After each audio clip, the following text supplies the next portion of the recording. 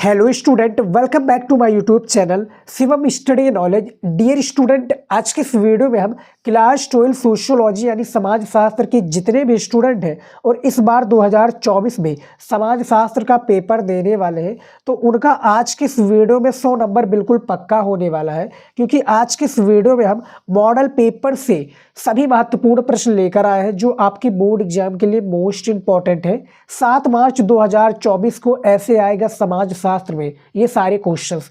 एक model paper है, important model paper है, उसी का हम पूरा सॉल्यूशन करके आज की इस वीडियो में हम आप लोगों को देंगे। पूरा क्वेश्चन विथ आंसर आज का ये वीडियो रहेगा, तो वीडियो थोड़ा लंबा भी हो सकता है, तो वीडियो को लास्ट तक देखना मत भूलिएगा।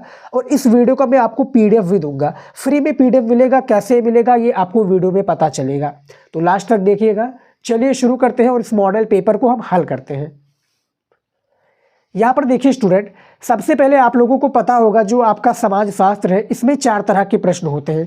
सबसे पहला आपका होगा बहुविकल्पीय प्रश्न, दूसरा आपका अति लघु उत्तरीय प्रश्न, तीसरा जो हो गया लघु उत्तरीय प्रश्न, और लास्ट में हमारा दीर्घ या विस्तृत उत्तरीय, दीर्घ कह लीजिए या विस्तृत उत्तरीय। तो ये 4 तरह के आपके समाज शास्त्र में प्रश्न पूछे जाते हैं।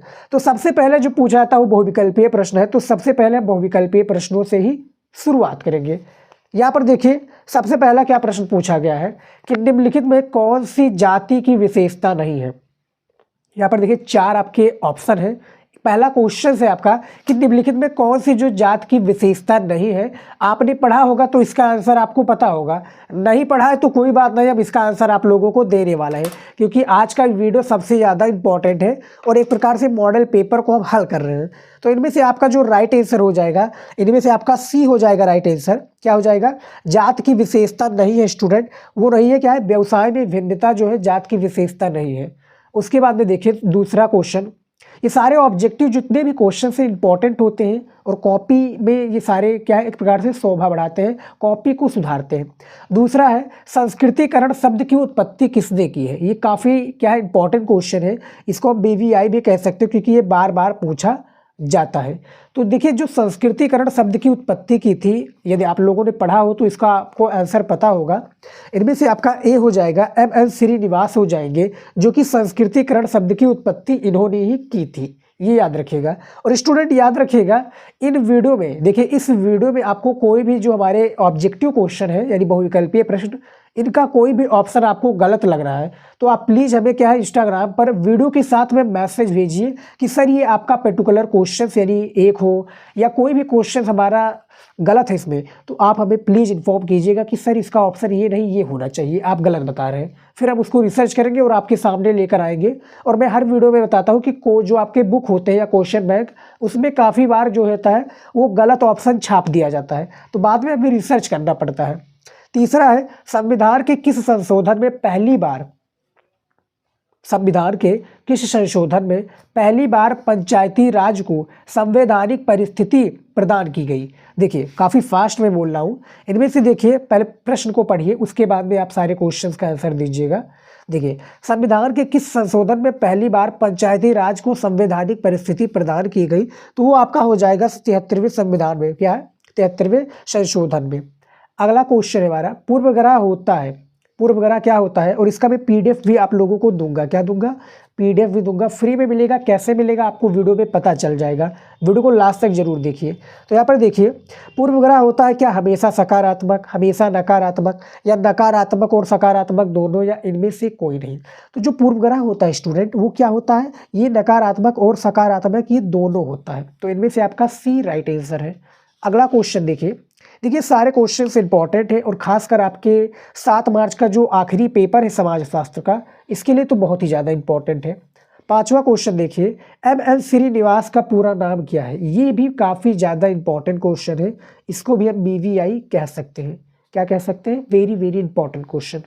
देखिए सारे क्वेश्चंस इंपॉर्टेंट है, लेकिन जो सबसे ज़्यादा इंपॉर्टेंट है उसी को भी मैं बता रहा हूँ। तो एम श्रीनिवास का जो पूरा नाम है स्टूडेंट, वो क्या नाम है? इनमें से आपका डी हो जाएगा, मैसूर नरसिंहाचार्य श्रीनिवास हो जाएगा एम श्रीनिवास का पूरा नाम। 6 नंबर क्वेश्चन है आपका, साक्षरताकार का गुण है क्या है? लचीलापन, वस्तुनिष्ठता, आमने सामने का वार्तालाप, या ये सभी। तो जो साक्षरताकार का गुण है वो आपका क्या है? ये सभी हो जाएंगे।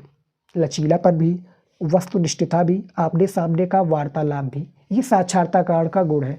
अगला क्वेश्चन है हमारा 7वां नंबर। देखिए, भारत में हरित क्रांति किस दशक में लागू की गई? जो भारत में हरित क्रांति है स्टूडेंट, ये किस दशक में लागू की गई थी? तो इनमें से जो आपका ए हो जाएगा 1960 से 1970 के बीच में जो है हरित क्रांति का भारत में बात हो रही है, यहाँ पर भारत की बात हो रही है, तो इसमें लागू की गई थी। अगला क्वेश्चन है हमारा 8वां नंबर। निम्नलिखित में कौन सा एक समुदाय नहीं है? यानी इन चारों में से कोई एक समुदाय नहीं है। क्या नहीं है? हिंदू, मुस्लिम, जनजाति या भीड़। यहाँ पर समुदाय की बात हो रही है, तो ये काफ़ी क्या है, दिमागी भी क्वेश्चन इसको आप लोगों को कह सकते हैं स्टूडेंट, क्योंकि क्या है, इसमें आप थोड़ा दिमाग लगाएंगे और इसका आंसर आपको नहीं पता है तब भी इसका आंसर आप देकर आएंगे।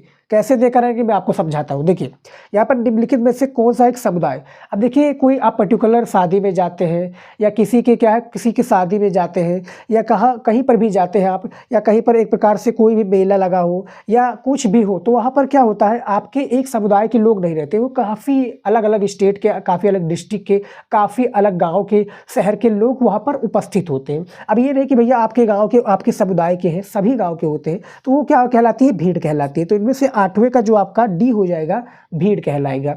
उसके बाद में देखिए 9वां नंबर क्वेश्चन, ब्रह्म समाज की स्थापना कब हुई थी? बहुत ही इंपॉर्टेंट क्वेश्चन है आपका 9वां नंबर। तो ब्रह्म समाज की जो स्थापना हुई थी वो आपका जब हुआ था, कब हुआ था? ये आपका 1828 ईस्वी में ब्रह्म समाज की स्थापना हुई थी। कहाँ पर हुई थी ये भी पूछा जाएगा, शायद कोलकाता में हुई थी। इसका राइट आंसर क्या हो जाएगा? कमेंट में बताइएगा हमें कहाँ पर हुई थी, इसकी स्थापना कब हुई थी, तो हमने बता दिया 1828 है इसका राइट आंसर। अगला देखिए स्टूडेंट, अगला क्वेश्चन देखिए, ये देखिए 10 नंबर क्वेश्चन है हमारा। जनजातियों को पिछड़े हिंदू किसने कहा है? जो जनजातियां हैं इनको पिछड़े हिंदू किसने कहा है? GS घुरिये ने, SC दुबे या SC राय या JS क्या है, JH हैंटन ने। तो यहाँ पर जो जनजातियों को पिछड़े हिंदू कहा है वो किसने कहा है? GS घुरिये ने कहा है। तो इनमें से आपका राइट आंसर जो हो जाएगा क्या हो जाएगा? ए हो जाएगा। अब चलिए देखते हैं।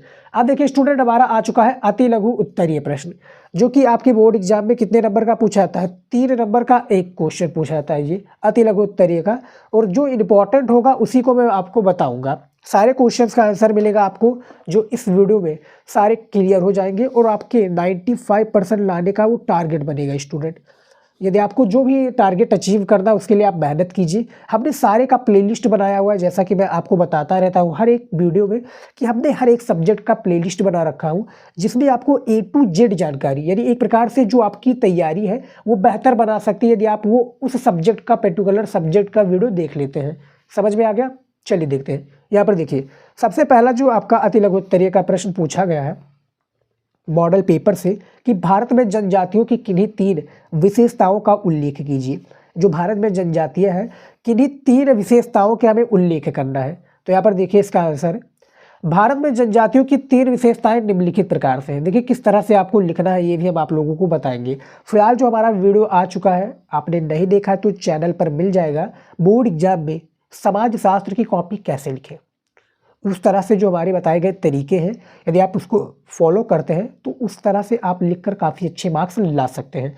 नहीं देखा है तो चैनल पर आपको वीडियो मिल जाएगा, नहीं तो आप यूट्यूब पर सर्च करेंगे कि क्लास 12 सोशियोलॉजी की कॉपी कैसे लिखें बाई शिवम स्टडी नॉलेज, यानी बाई, इस तरह से आप बाई लिख देंगे इस तरह से, और पीछे हमारा चैनल का नाम लिख देंगे, वो वीडियो आपको तुरंत ही देखने को मिल जाएगी, नहीं तो आप ढूंढते रह जाएंगे पूरी यूट्यूब पर।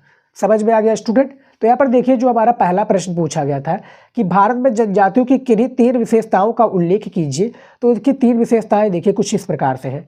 सबसे पहला जो विशेषता क्या है, सामान्य भूभाग। क्या है? सामान्य भूभाग। इसमें देखिए एक जनजाति एक निश्चित भूभाग में ही क्या है, निवास करती है। जैसे कोई एक पर्टिकुलर जनजाति है, ये एक ही निश्चित भूभाग में ही निवास करेंगी। दूसरा हमारा विस्तृत आकार, जो भारत में जनजातियों का आकार है विस्तृत भी है। जैसे एक जनजाति में कई परिवार, जैसे वंश एवं गोत्र का संकलन होते हैं। अब जैसे जनजातियों का एक प्रकार से जैसे जो प्रक्रिया है, यानी जो जनजाति की प्रक्रिया, जैसे कि हमारे परिवार में 2 बच्चे हैं, जैसे हमारी पेरेंट्स है, पेरेंट्स के बाद में हमारी जो फैमिली आई, हमारी फैमिली के बाद में हमारे बच्चे आए, उसके बच्चे, तो इस प्रकार से परिवारों में वंश का क्या है, वंश और गोत्र का संकलन होता रहता है। धीरे धीरे वो प्रक्रियाएं चलती रहती हैं। समझ में आ गया?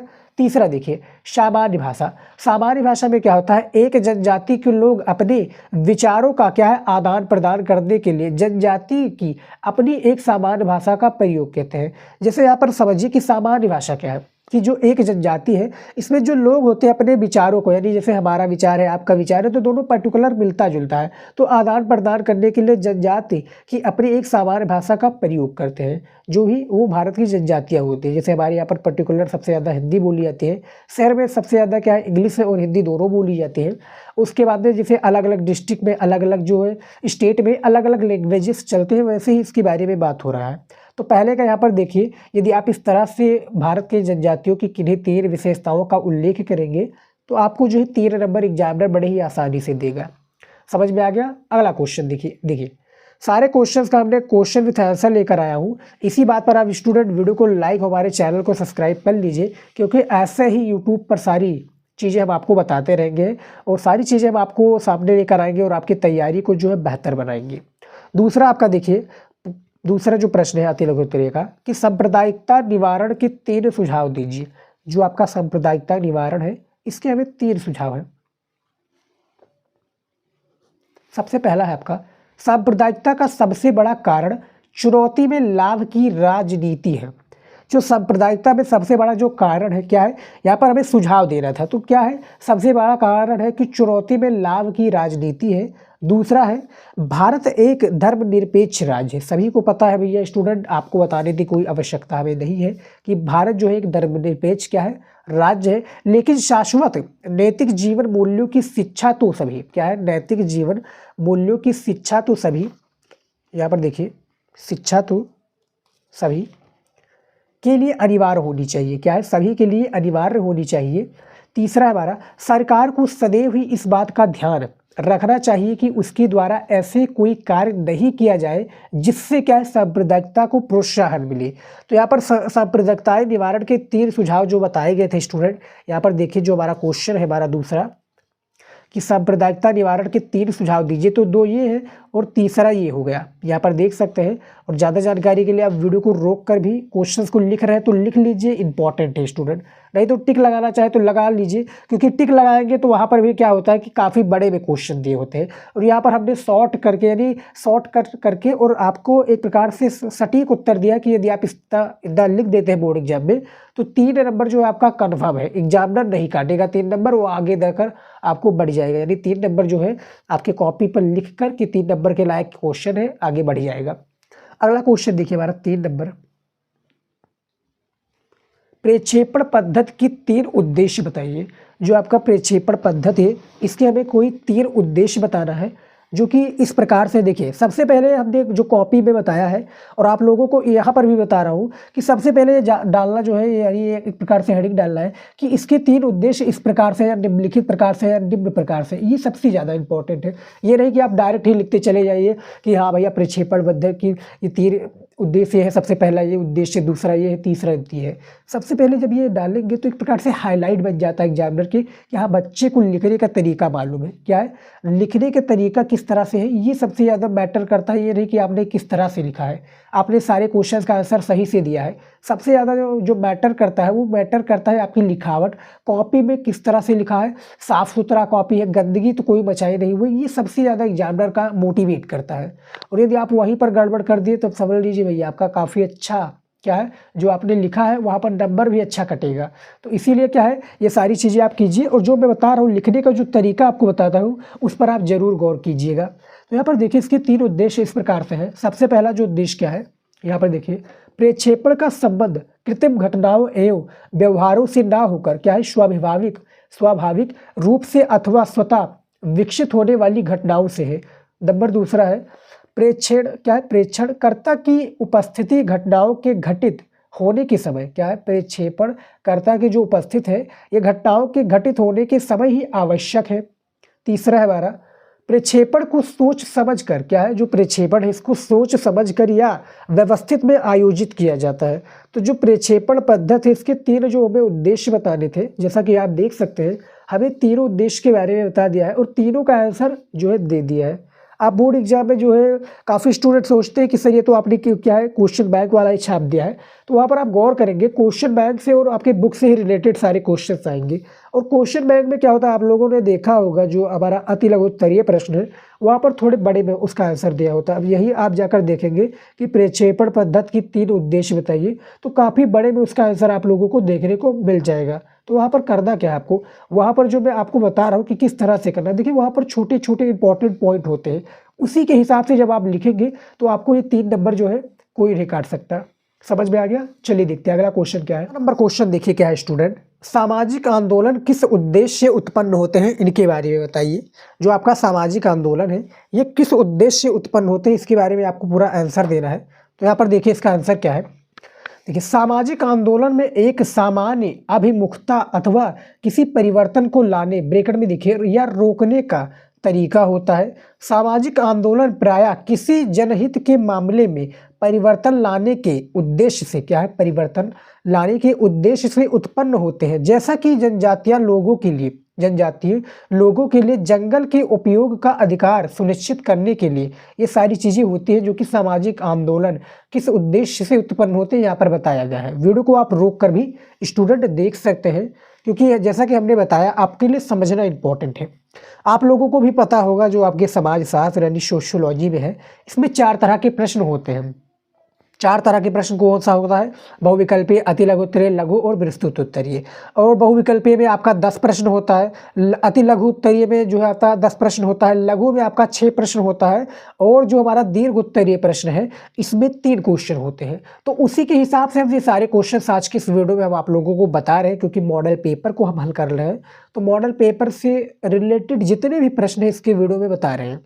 उसके बाद में स्टूडेंट देखिए ये सारे क्वेश्चंस को है आपको टिक लगाना है तो लगा लीजिए, और क्वेश्चन बैंक में इसको एक प्रकार से इसका आंसर लिखना चाहे तो लिख लीजिए, क्वेश्चन बैंक में भी इसका आंसर आपको मिल जाएगा। तो चौथा जो क्वेश्चन था इसका आंसर हमने दे दिया है, वीडियो को रोक कर भी इसको लिख सकते हैं। अगला क्वेश्चन देखिए क्या है।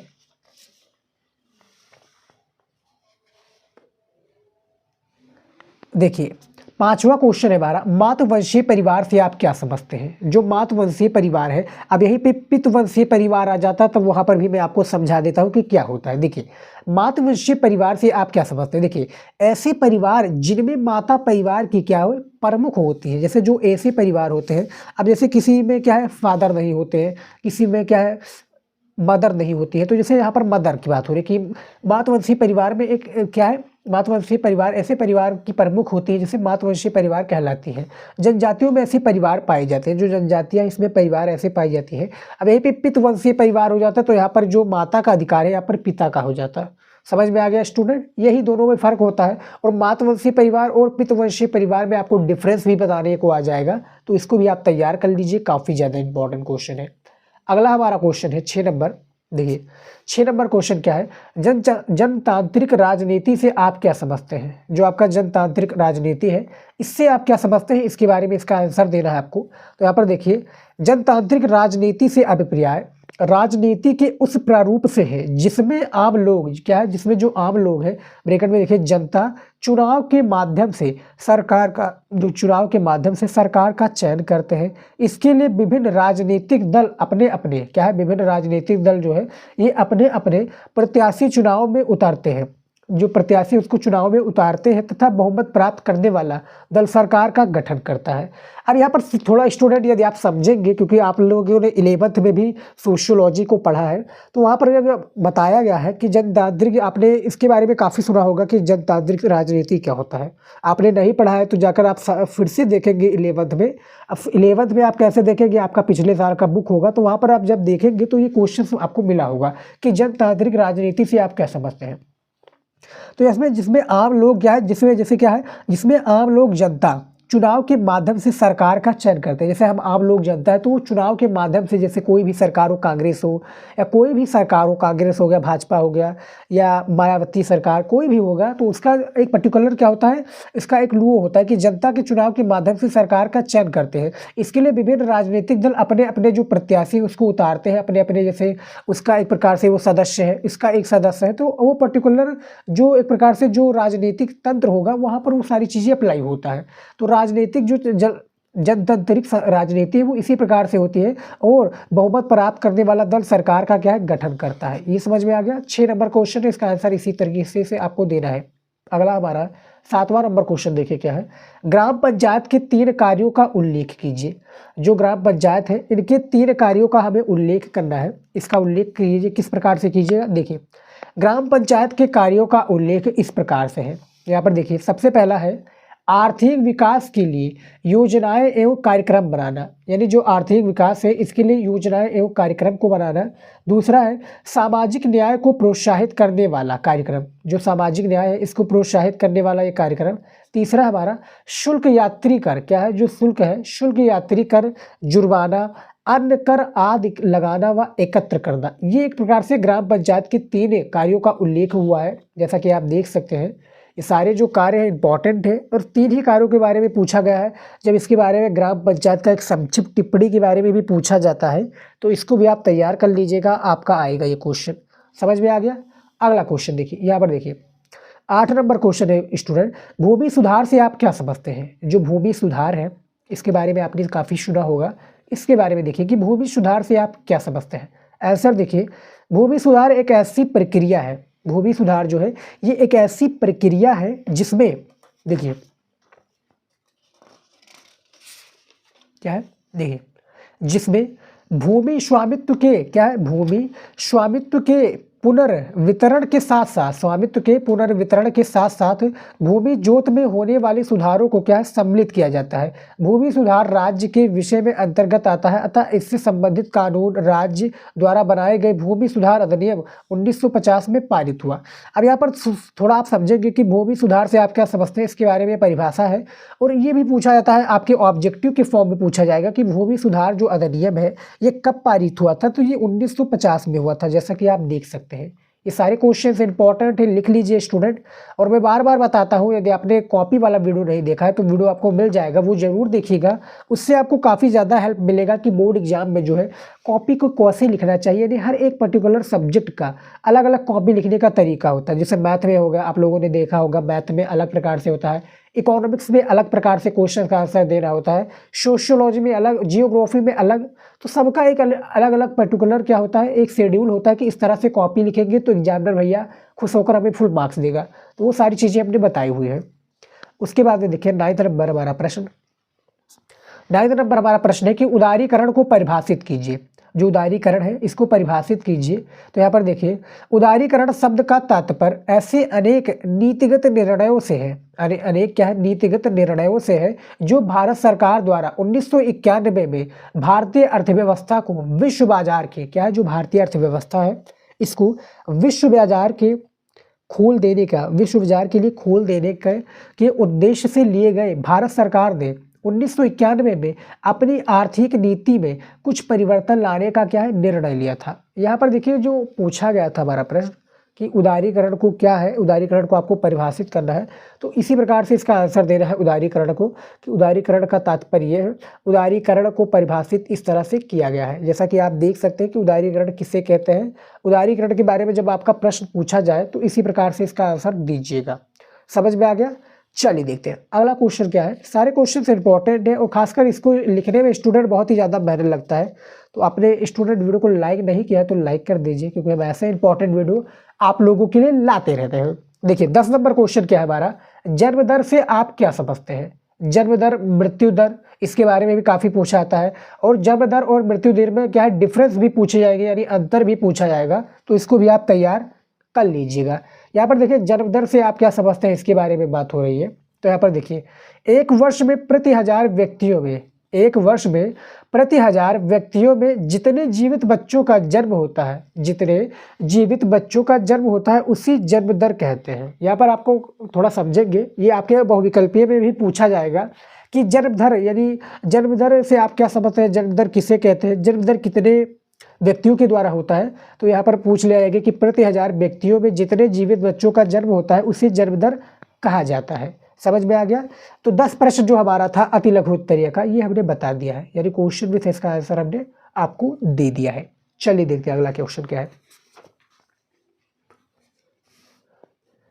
देखिए स्टूडेंट, अब हम बात कर लेते हैं कि पीडीएफ कैसे मिलेगा। देखिए पीडीएफ के लिए आपको करना क्या है, पीडीएफ के लिए आपको करना क्या है, टेलीग्राम चैनल को नहीं ज्वाइन किया है तो लिंक डिस्क्रिप्शन में मैं दे दूंगा, टेलीग्राम जाइए ज्वाइन कर लीजिए। वहाँ पर मैं क्या करता हूँ, मैं जो भी वीडियो बनाता हूँ उसको मैं पहले चैनल पर अपलोड करता हूँ, चैनल पर अपलोड करने के बाद में हम तुरंत टेलीग्राम पर अपडेट कर देते हैं।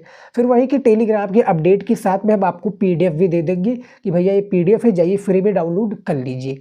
देखिए वीडियो को जब आप लास्ट तक देखते हैं तो एक आपको अनुभव हो जाता है। काफ़ी स्टूडेंट वीडियो को बीच में ही छोड़कर चले जाते हैं, पीडीएफ का नाम सुनकर ही बीच में छोड़कर चले जाएंगे, वो पूरा समझेंगे नहीं, हमारी बातों को नहीं समझेंगे कि मैं कहना क्या चाहता हूँ, वो क्वेश्चंस को लिखने और उसको उतारने में चले जाएंगे। देखिए समझना बहुत ही ज़्यादा इंपॉर्टेंट है, एक समझा हुआ व्यक्ति और एक क्या है, एक समझा हुआ व्यक्ति और एक बिना समझा हुआ व्यक्ति में दोनों में काफ़ी डिफरेंस होते हैं। एक समझे वाले व्यक्ति में है कि आपको क्वेश्चंस का आंसर क्या नहीं पता है और आप क्वेश्चन को पढ़े हैं, पहले से क्वेश्चंस को आप पढ़े और हमारे बताए गए बातों को आपने अप्लाई किया है बोर्ड एग्जाम में, तो आपको काफ़ी अच्छा अंक देखने को मिल जाएगा एज ए कम्पेयर टू जो नहीं पढ़ा है।